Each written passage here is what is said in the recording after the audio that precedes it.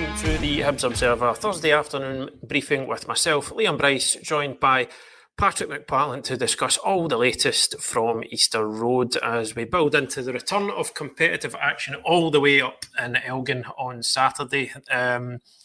But first of all, we're just going to take a wee bit of time to just reflect on the pre-season training camp from last week over in the Netherlands. Patrick was there providing you all the interview content that you could possibly wish for.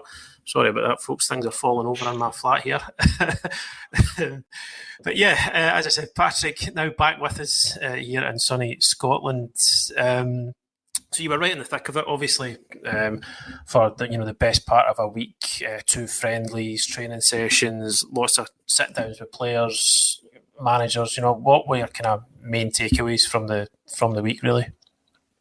I think the main one was just how kind of positive the atmosphere seemed to be. I think it's difficult when the team's struggling like they were last season for results, points, league placings. It is always going to feel a little bit kind of strained at the best of times, and that's before you move on to anything that's going on in the background or whatever. But certainly like a very positive feeling, very kind of relaxed, very just a kind of sense of togetherness. Not really any cliques. It was always sort of like, obviously you get the players splintering off into little groups, for like playing cards or stuff like that. But for the most part, just very, very, very sort of much a team who are together going into the start of the new season, which is really what you want when you've got a new head coach.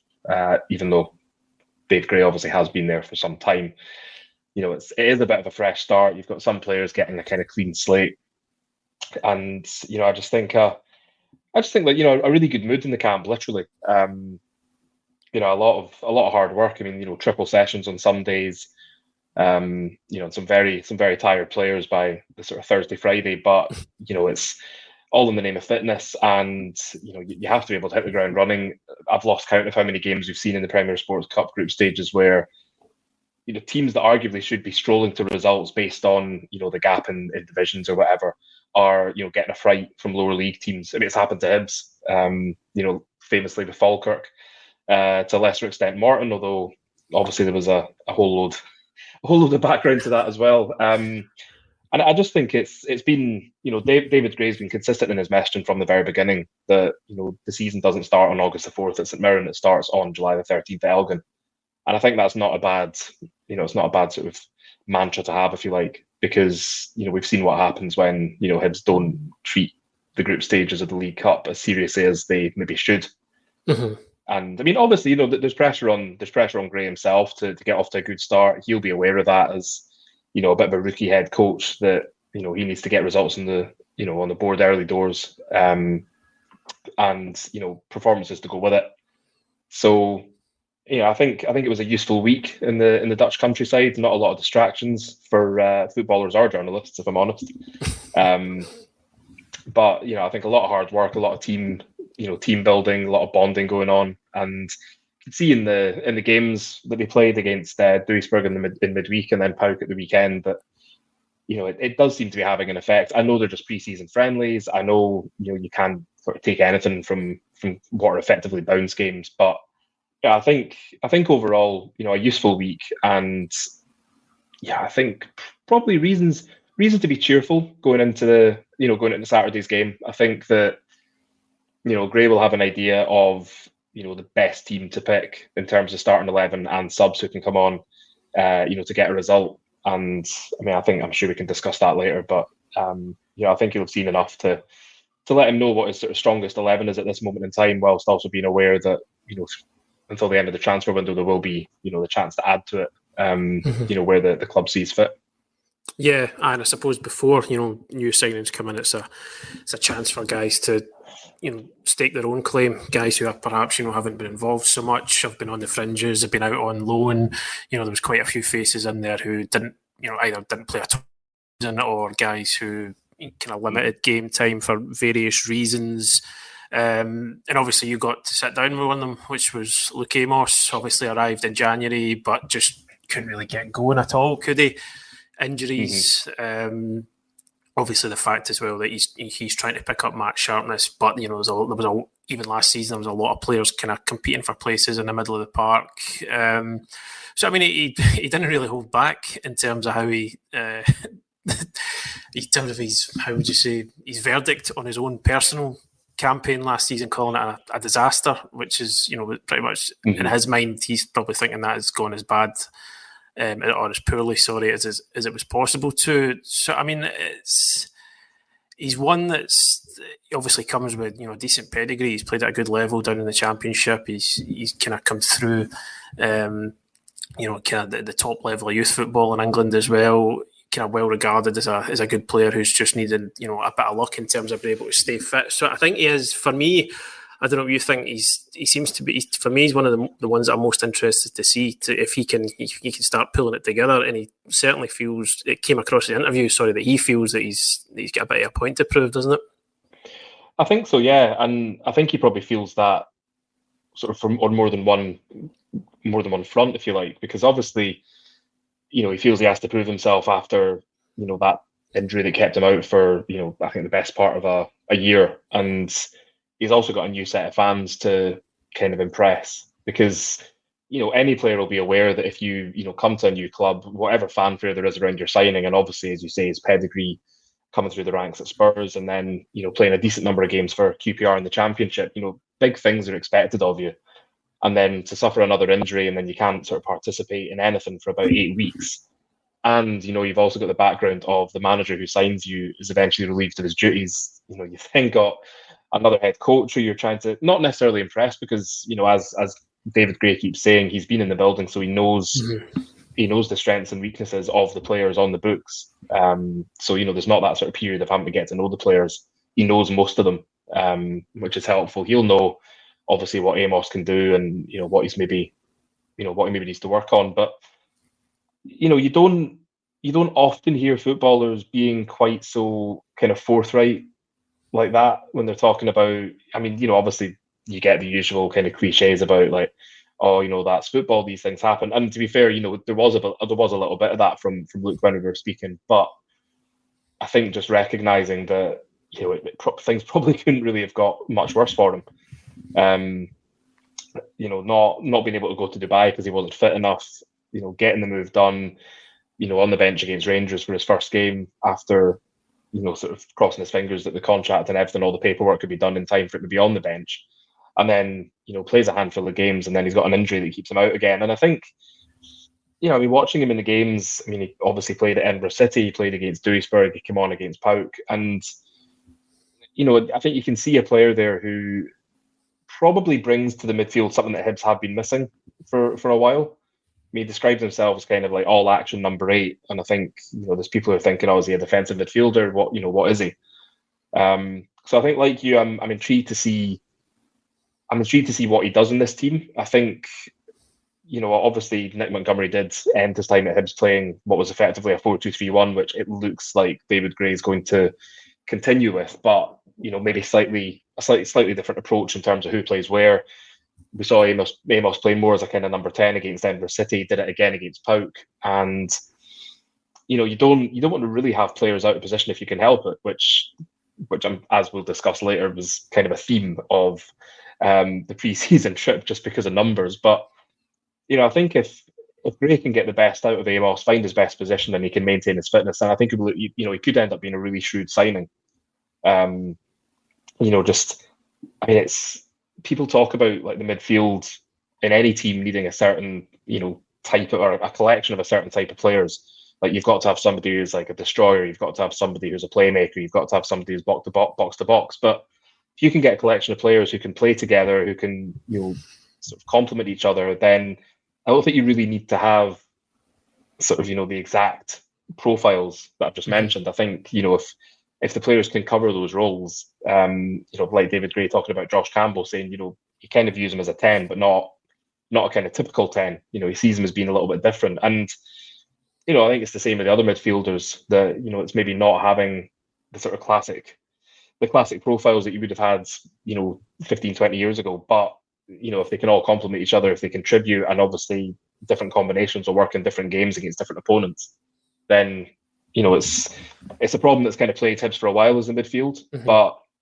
I think I think from the sort of limited evidence we saw in pre-season, it does look like, it's not a finished article. I'd say, there's maybe, maybe the possibility for bringing in a different type of midfielder to complement the ones that are there. But in the meantime, for the League Cup games, I think what they've got at the moment should be more than enough, or more than capable, if you like, of, not even being a match for, but just being able to sort of deal with these games in a straightforward manner, and not sort of get overrun and not struggle against teams that they really really should be beating. Mm-hmm. Yeah, I would agree with that. I think with the amount of options, just the sheer numbers, in there, it's probably difficult to add any more unless you ship at least one or two out at this point. I completely agree. I think it should be enough in there to navigate these League Cup fixtures. I think going forward, longer term even, if there was one concern I had, it's maybe just a lack of a sort of out-and-out creative midfielder, and amongst all that, again, we're kind of intrigued to see the sort of role that Josh Campbell's given as to whether he can step up and fulfil that, but that obviously kind of remains to be seen at the moment. So I think for me, if there was going to be any sort of midfield change or addition, I think you would ideally, I think somebody who's a bit more of a creative presence would probably bring you a really nice balance in terms of different profiles. But again, on that front, we don't know at the moment. There's still plenty of time left in the summer, I suppose, and that could change once pieces start moving on and off of the board. Not to stray too far away from the training camp, though, before we move on to this weekend, just to touch on the friendly against PAOK. I mean, again, you don't want to read too much into this, but it was interesting to see David Gray putting into practice what he'd spoken about in terms of that he wants his team to be adaptable, and he sort of did that with a change of system.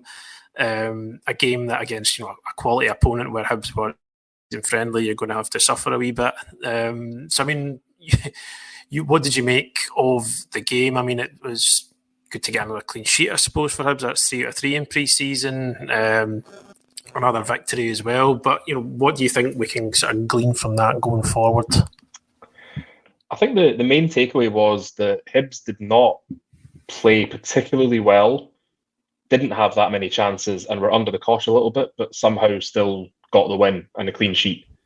And, if that's a Scottish Premiership game against Celtic, Rangers, Hearts, Aberdeen, anyone, then you would take that. Because that's one of the things that Hibs have not been great at recently is playing badly but still getting the result. Like generally, it seems to be play well, don't get the result. Play badly, get an even worse result. I don't think we need to dwell on that too much. We've been there before. We did videos about it last season.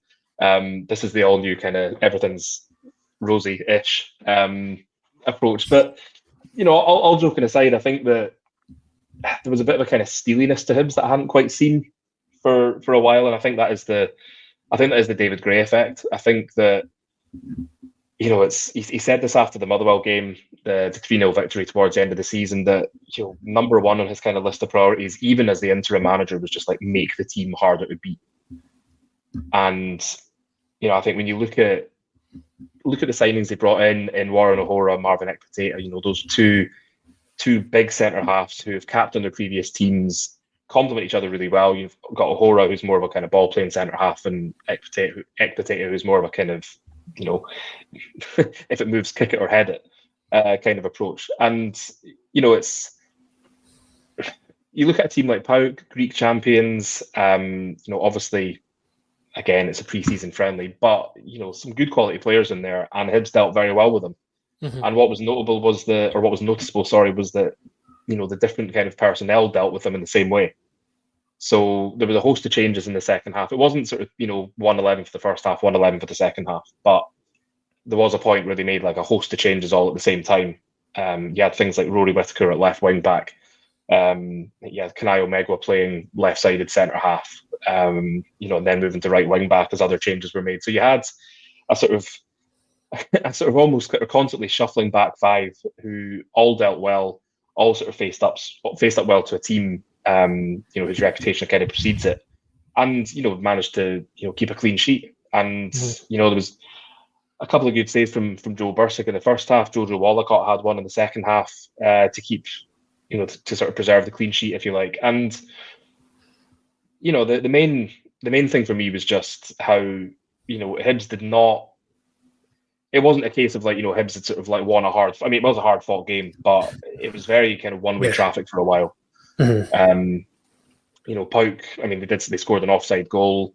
I'm trying to remember if they hit the woodwork or not.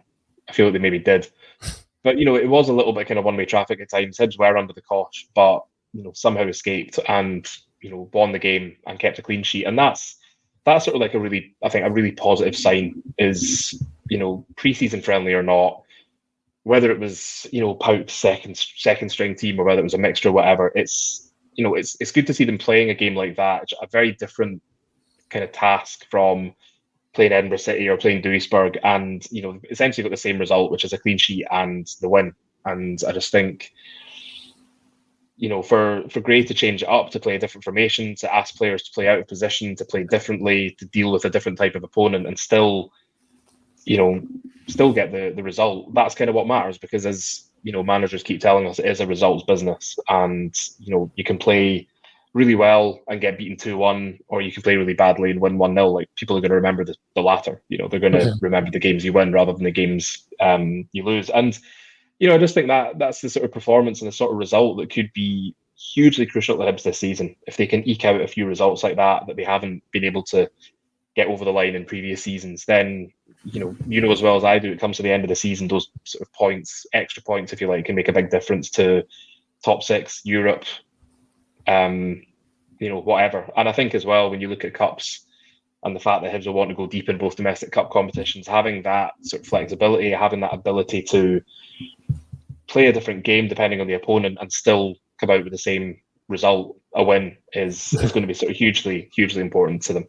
Yeah, I mean, the kind of point there about extra points is so kind of pertinent thinking about last season, wasn't it? Because the amount that were just hemorrhaged almost by, I know we've been over this a million times, but like it was going to be imperative for whoever took the job really to come in and make their absolute number one priority is to make the team harder to beat, and then they can say, right, we've sorted that, we can now build on that with everything else. Whereas last season it was the opposite way around, wasn't it? I mean, scoring goals were never really a great issue, and I think even without additions to the team, I think it still should be one that scores goals. I'm not saying there's not going to be any more additions to the team. You would hope and expect that there's going to be, but I think it is kind of encouraging to hear that even though it is pre-season friendlies, that at least seems to be a real kind of concerted effort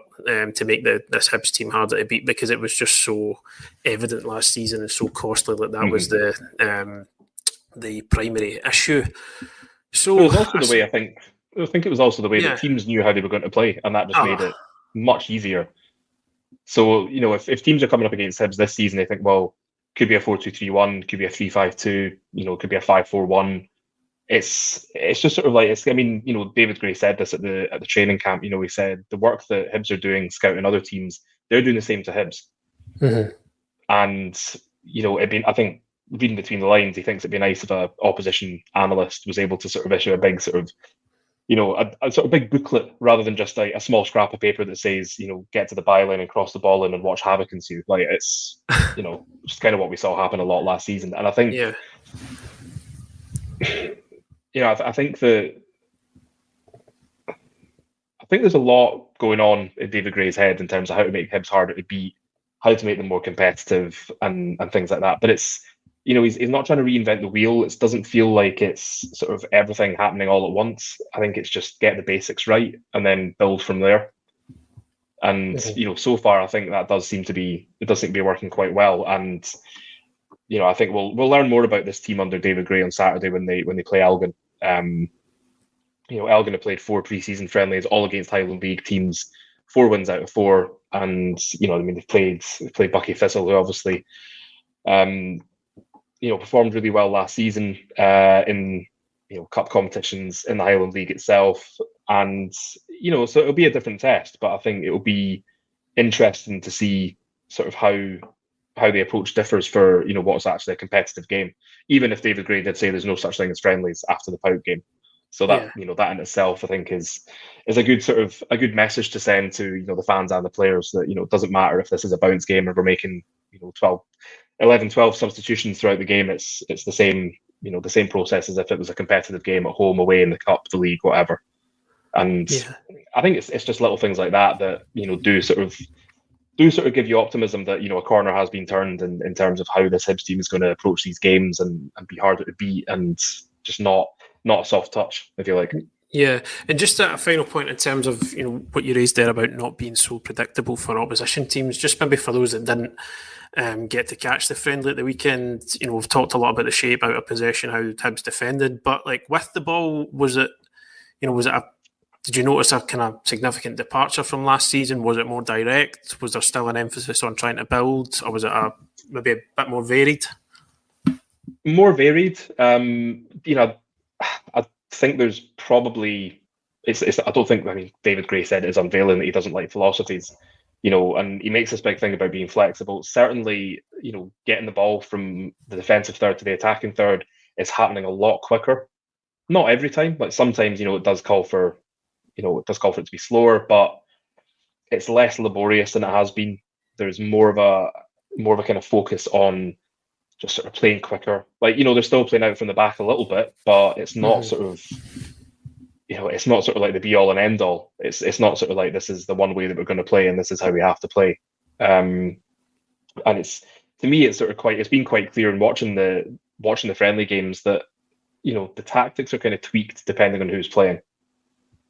And I think that's, that obviously makes sense. So, for instance, against PAOK, you had two forwards. You had Martin Boyle and Dylan Venti. So there was a lot of, ball to feet, trying to get Boyle in, in behind, using his pace against the defence, which he did to good effect. That's how he scored the goal. And obviously it's that pressing as well. But it's, there's maybe elements of what we saw last season. There's elements of what we saw the previous season. But, it does look like, the build-up is quicker and it is more varied. And I just think like it's not going to be so straightforward as just thinking, right, well, if we, if an opposition team says, right, we're going to play, this way, and that'll just stifle Hibs because they don't have a plan B.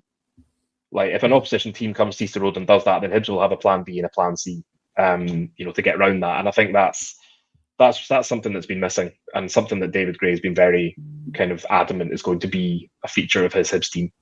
That, if it's not working, then it's the coaching staff's job to sort of help the players, whether that's through substitutions or tactical changes to, get around it and to get a result, which I suspect will be music to the ears of many Hibs fans after last season. Yeah, certainly. I mean, it'll be interesting to see how it pans out on Saturday because obviously you'd imagine it'll be a very different game to against PAOK. Hibs are going to have a lot of the ball, and I suppose we could maybe, be able to see those. Maybe you're talking about the ball getting forward a lot quicker. We'll maybe be able to see those kind of stylistic differences and see how it's going to pan out against teams that are going to sit in against Hibs. Because I suppose the last comparable game to this one coming on Saturday was probably Forfar in the Scottish Cup back in January, and that was a real slog of an afternoon. It was, and there wasn't. And you talk about there, it was, it didn't really work for a lot of the day, and then there wasn't a great hint of plan B, plan C, which you even need in these games that you are outright expected to win and win comfortably. I mean, sometimes it's not just as simple as rolling up, deploying your preferred style of play and coming away with the result. So it needs to be flexible against all games. I don't think it's just a case of when David Gray talks about being flexible, it's it's easy to just assume that he's thinking, just against the likes of Celtic and Rangers, just against teams where you're not going to have the ball. So I think it'd probably be right to expect to see that adaptability and flexibility that he's talking about against kind of all sides, rather than just the games where you're not going to have as much of the ball. So I suppose it'll be interesting to see how that pans out on Saturday. But I think just the main thing that any fan that's heading up north on Saturday, I think they're just hoping to see a Hibs victory to kick things off, aren't they? Yeah, I think it's, I'm sure there'll be messages to the players where it's, go out and play your game, show what you can do, but at the same time, it's, get in, get the 3 points, back down the road, job done. I think it just, it's like I was saying earlier, it's not about reinventing the wheel. It's not about, implementing this new style of football. It's it's just about getting the basics right and doing it well. And I think it sounds a bit simplistic, but I honestly think that's kind of what we've been missing. Watching Hibs, we've talked about it till we're blue in the face, green in the face, about what they could do, what they could be doing, and we look at it from our point of view and think, well, why would you not play this? Like last season's a perfect example. The 4-2-3-1 was there, had the players to play it, and then I'm not going to criticize Nick Montgomery for coming in with an idea of how he wanted Hibs to play and an identity, because it was clear there wasn't anything like that before he came in. Yeah. But I do think that it might have ended up being a better season for Hibs if there had been that shift to the 4-2-3-1 a little bit earlier. And I'm not going to get into a big debate about was it actually a 4-4-2? Oh well, it was only a 4-4-2 in name because blah blah blah. We don't need to do that. It obviously have we not done that before? No. Once or twice. Once or twice, maybe. I mean, all joking aside, the sort of 4-4-2 debate. I mean, it quite clearly it irked Monty at times. He was very, I think it was mentioned in some press conferences, and he never really snapped back, but there was a little bit. He was quite terse about it. And it was like, formations are flexible, all this stuff. But all joking aside, I think you could see watching it. It's like you've got the players to play 4-2-3-1. You don't really have the players to be playing this sort of hybrid, flexible 4-4-2 thing. And that's when you start seeing this sort of like 4-4-1-1, where you've kind of got Josh Campbell playing as a false nine or an auxiliary centre forward, whatever you want to call it. Football dads are getting absolutely irate with this now. It's just that sort of like you're watching it thinking it's right there. Like why is there not this? We obviously don't know the inner workings of Nick Montgomery's mind, and you can understand why he sort of said like this sort of served me well with Central Coast Mariners. If we stick at it, we will get there. I can understand that line of thinking, but it was clear when Hibs started playing the 4-2-3-1, and to be fair, they made signings in the January transfer window that allowed that they did for a while. There was sort of like better performances, better results. And I've completely forgotten where I was going with this point, but I think the main thing to see, this is what happened. You talk about last season and it sends you crazy. Yeah, it's like muscle memory, isn't it? It really is. I've just been transported back to a cold stadium in November talking about another defeat and no shots on target. But no, I think as you say, it's not just about we're playing Celtic or Rangers, let's play this way from David Gray. For him, it's going to be how can we get 3 points or how can we get a win out of every game? And what can we as the coaching staff do to, sort of try and kind of force that, help it along? And he's made a big thing about players being able to kind of play dual positions. And we saw that a lot in pre-season, almost out of necessity more than anything else, because, you look at that team and you think there's like 8 or 9 midfielders in there. You've got 4 right backs, 1 left back, 1.5 centre forwards. Ellie Yuan's a half centre forward, by the way, because we all know he plays better out wide. And there was a sort of necessity to kind of put players maybe out of position. But, the promising thing was that it never really looked like they were struggling. So even when you've got players playing alien roles like Kanao Megwa at left wing back, or, I mean, it's not really an alien position, but, Chris Cadden playing wide right, which he's not done for a while. Lewis Miller playing centre back, which he's not done for a while. It's things like that. But if the players are still able to play their normal game in those positions, even if it's not maybe their sort of preferred position, their most comfortable position, if it still works, then that's the main thing. And I think that's sort of one of the kind of main sort of reasons for optimism, I think, is that, there will be a plan B, there will be alternatives. Mm-hmm. And it's not just going to be rigid and, we're going to keep playing this way because this is the way we want to play. It'll be, we'll play whatever way gives us the best chance of getting a result. And it does sound very simple. It does. But, sometimes the simple things are all you need, and the simple things are what works best. So, yeah, well, it doesn't need to be overcomplicated. Yeah, well, they do say football is a simple game at the end of the day. So, I mean, I feel like we've got, through the couple of friendlies, through being at the training camp, we've got a sort of fairly, still modest at this point, idea of what David Gray is looking to do, what his ideas are. And I suppose Saturday will be the first sort of proper step to seeing if that can be transferred onto the pitch. So I think for now, though, we're going to leave it there until Saturday. We'll be through in Elgin for the first group stage game of the Premier Sports Cup. Press conference day at HTC tomorrow, so you'll be able to hear from the manager and one of the players on our website throughout the day. If you're heading through to Elgin, safe journey, folks, and thank you for joining us. As always, we do appreciate it if you're able to hit subscribe on our YouTube channel. That helps us keep growing and bringing you these videos or this video content, so we do appreciate that. So again, thank you very much for joining us. It's much appreciated, and we'll catch you again very soon. Cheers.